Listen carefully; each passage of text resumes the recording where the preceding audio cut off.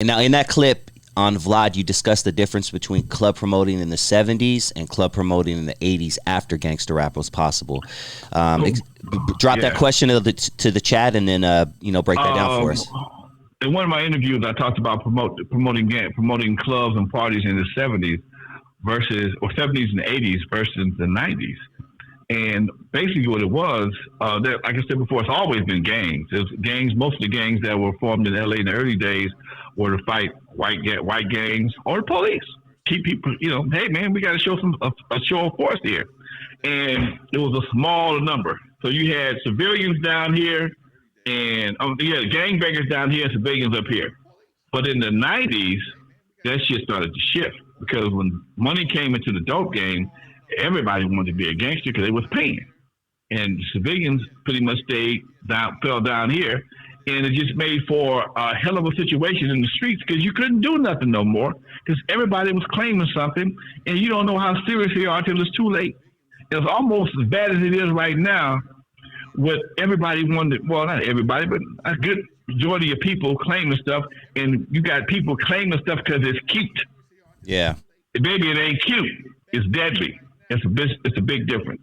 I remember at the Eve After Dark, right before I shut it down, we had an event, and these two young girls, one of them, they were sisters, and one of them was she was throwing the B word around, be this, and she throwing all the signs around and blah blah blah.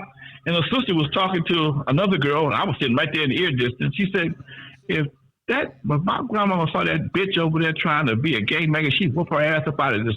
That bitch ain't no gangbanger, but she was trying to because it was fashionable. And that's what happens with stuff like that. It becomes fashionable. It becomes the trend of the area. So women, if the color is red, women start wearing red berets and doing little red stuff and saying, just like they say bitch or whatever, they start saying blood or whatever, and then they start getting comfortable with it. Next thing you know, they kind of get drugged into it. And, I'm from so-and-so, and then you see shit start going up. And you go to an event, and you see the same girls from the blue team, and next thing you know, they got a problem, and the whole hood is fighting. And it's perpetuating for the last 50 fucking years. Like the Hatfields and McCoys. And I bet you couldn't tell you what the shit started off, what the problem is. That's crazy, dude. And shout out to my girl Mama Boo. Shout out to my girl Mama Boo, because Mama Boo, we talked about this, and she broke it down to me like no other female ever has in her life. And she's trying to do her part, and I appreciate her for that. Yeah, shout out to Mama Boo, man. How did the dress code or the dress attire change from the 70s and 80s to the 90s? The dress code, the dress attire in the 70s and 80s, man, flipped up multiple times. We started off, at one point in time, even if you wasn't gangbanging, you creased the shit out your Levi's. That was part of our style. You creased your Levi's. You had on a nice, we was always military looking, man. That was in the early days, was more military.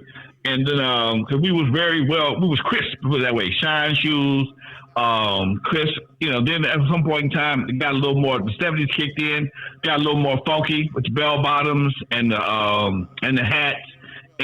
But even if you wasn't a gangster, you still could wear your hat to school and be cool. Then later on, then the leather jackets came into play. Actually, they came in first. And folks stopped wearing leather jackets because they were getting ass whooped. Niggas were getting killed over leather jackets. Then you start wearing other stuff. We started getting a little more loose and funky. And then in the mid 70s, about 73, we started getting pimpish. That's when the eleganza came out. Shit. Everybody had their shit tilted. And you in the ninth grade, you're sitting in class tilted. Your hat tilted in the ninth grade with your book on your table. I'm not bullshitting. Back then, the youngsters imitated the grown folks. Now, the grown folks imitate the youngsters. Damn. Real talk. Back in the day, the youngsters imitated the grown folks. Nowadays, the grown folks imitate the youngsters. When the vice president got on the dress and chucks, nigga, we done. when the vice president go wearing a pair of Chucks, come on, man. That shows she's trying to appeal to the. There was no way in the world you would ever do no shit like that. Yeah. We didn't. You better not wear no tennis shoes to a party, man. If you wore tennis shoes to a party, that was a sign of being broke. That means you ain't got two pairs of shoes. Tennis shoe pimp. You got one pair of shoes. Tennis shoe pimp, baby. Tennis shoe pimp. That means you're a tennis shoe pimp. You only got one pair of shoes, and your mama and them is broke. Okay? You might Eddie Murphy say, you might be on the welfare. Okay, and that was nothing to be proud of back then, dude. You might be eating with food stamps. Dude, that was a whole, I'm telling you. That's crazy you said that, because now I see people brag about that shit. Come on, man. Dude, I'm telling you.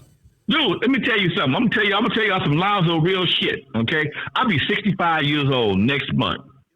Okay? 65. And I'm glad to make it, because a lot of niggas didn't make it. But it's hard for me to get I'm entitled to at 65, because I've been my daddy instilled in me so much not to be dependent on the government. I had to apply for Medicare, man. My ass get Medicare starting next month. Man. I didn't want to get it. I got health care. I got health insurance. I'm good. I can go any doctor I want to. I got that covered. But no, Negro, you 65. You got to get Medicare, or you can't get it. You might as well get it because it's free. My old man would never let me get nothing free. The one time I went on unemployment, my old man had a fit, dude. Get out there government shit. They don't depend on no doubt. We don't do that. We work. I'm like, okay, dude, but I had a job. I got fired. I'm going to get this shit for about a month. Get your checks and go back to work. My old man didn't play that shit. Yeah. I've only been on unemployment for 6 months of my life. Not bragging, but, that's because I had that mentality, too, growing up. So here I am, a hustler all my life, working all my life. And to get, and it's cool because it's a regular old, Blue Cross, whatever the case may be. It's a regular plan. But the idea is Medicare. It's something that the government gave me. It's like, damn. But I got other friends that going through it, and it's no big deal. But it's just for me, it's an adjustment for me as an independent cat that I'm not used to government doing shit for me. Hey man, I'm Lonzo. I like that. But thank God, I'll be old enough to qualify for it. Now you get all the benefits, and I'm relatively healthy, so I ain't got a bunch of shit, hoops to jump through. But still, it is what it is, man. It's getting old. For those who plan on making it, when you get to a certain age, you trust me, your shit is going to be different. Because I fought AARP for years. I wouldn't get that card for nothing in the world. Nigga, that means AARP, that means you an old motherfucker. Nigga, I ain't old. I'm 56, 55. Nope. But they give you discounts when you go to do shit. My partners, you stupid motherfucker. They give away 20% discount for this and 10% for that. Okay, cool. On your card. What the hell? It's just, hey man, you got to adjust your mindset, Doc. I love it, man. Yeah, adjust your mindset. Since they can't hear me anyway, and we're coming up on an hour, you want to go on and wrap it up? Tell them about Thursday and all that. What else you got? You got anything else? Let's see here. Hold on. You know what? We didn't talk about this because it happened right after we recorded. I think it was the same night. It was just like an hour after we hit stop record. But the whole Dave Chappelle thing at the Hollywood Bowl. Oh, Dave Chappelle. We got to go out with Dave Chappelle. Go for it. I saw that thing, man. I saw it. It was crazy. But that's what happens when you start setting precedent. That what happened with Chris Rock and Will Smith was a precedent. So it's like, oh, that's a good idea. Let me try that shit.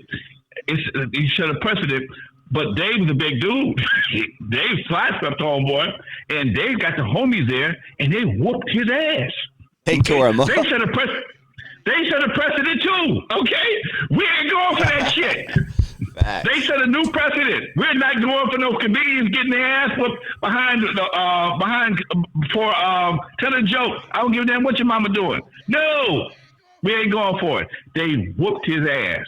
And I think they must have broke his arm because when they had his hands in the handcuffs, his ass was twisted like a pretzel. Man. Okay, I'm like, damn, his face looked like that character Martin played when he fought Tommy Hearns in the ring. He was lumpy as shit. Okay, that's a precedent. If you're gonna set a precedent, set that one right there, folks. That's how we gonna end the show. You gonna set a precedent. Let the motherfucker know. Come up with it. You what they say? What they say on the clumps? You gonna walk in, but you're limping out. Come on, leaders. Come on, leaders. You gonna walk in, but you're limping out. Understand that. Understand. You walk in. You run up on it. You want to. You gonna lift your ass back. You gonna hold your head on the way back. All right, folks. I gotta go on that one right there, y'all. I thank y'all for following me over here, man. I apologize for the technical difficulties, but we still pulled it off because me and Dusty, we Geminis. Geminis don't take no for an answer. Justin said, nigga, if you can't see me, they can't hear me. I don't care. As long as you can hear me, that's all that matters. Okay, so yeah, Dusty's on the line, folks. He's in my ear like a coach on the sidelines of the football team. I'm quarterbacking and he over there coaching. So yeah, folks. Thank y'all for checking out the show. Even though they ain't all the bells and whistles today, we should be back. Me and Dre will be back here on Thursday with Legendary Connects. We working it out, folks. Thank y'all very much. We out of here. Dusty, much love to you. My man, peace, Doc. Peace.